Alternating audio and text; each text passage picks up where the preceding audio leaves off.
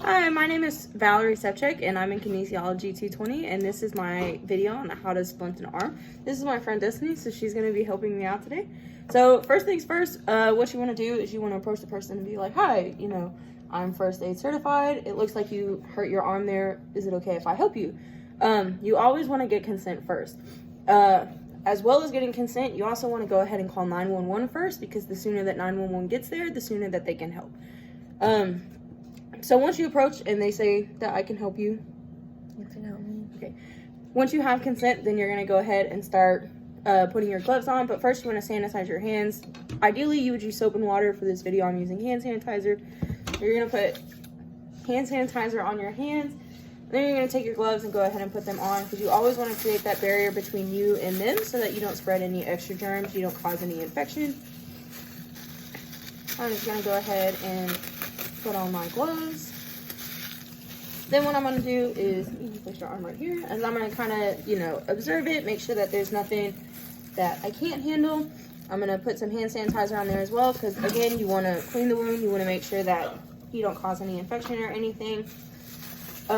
Ideally, what you want to do is you want to use a board of some sort, but because we don't have one, I'm going to be using this notebook just so that there's something to put the arm on to keep it steady. I'm going to go ahead and put your arm there. Then what you want to do is you want to wrap up the arm. Again, you would typically use like bandages, but for the sake of this video, we're going to go ahead and use bandanas. So what you want to do is you want to wrap it around. You want to make sure that it's not too tight so that you're not cutting off any circulation to the arm. You just want to go ahead and tie that so that it stays in place. And you want to ask them too, is that too tight? You can still move your hand. Okay, perfect. You want to take the other one. If you're using an elastic bandage, then you would go all the way around the whole time. But since I'm using bandanas, what I'm going to do is I'm going to put one at the top of her forearm, and then I'm going to put the other one down by her wrist so that I can keep the board in place.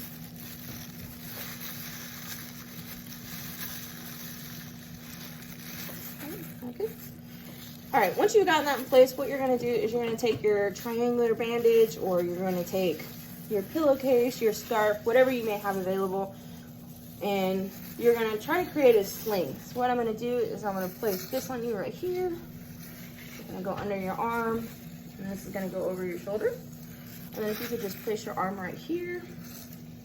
Then what I'm going to do is I'm going to take this other part and I'm going to wrap it up and around her neck, and I'm going to connect the two parts together behind her neck so that it stays in place.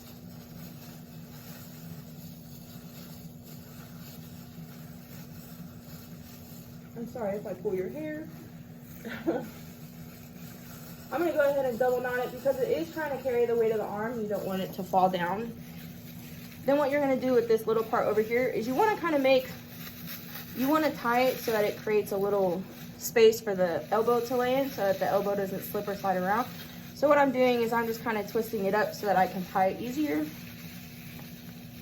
Then I'm going to go ahead and I'm going to tie it and connect it at the base of her elbow here so that it stays in place.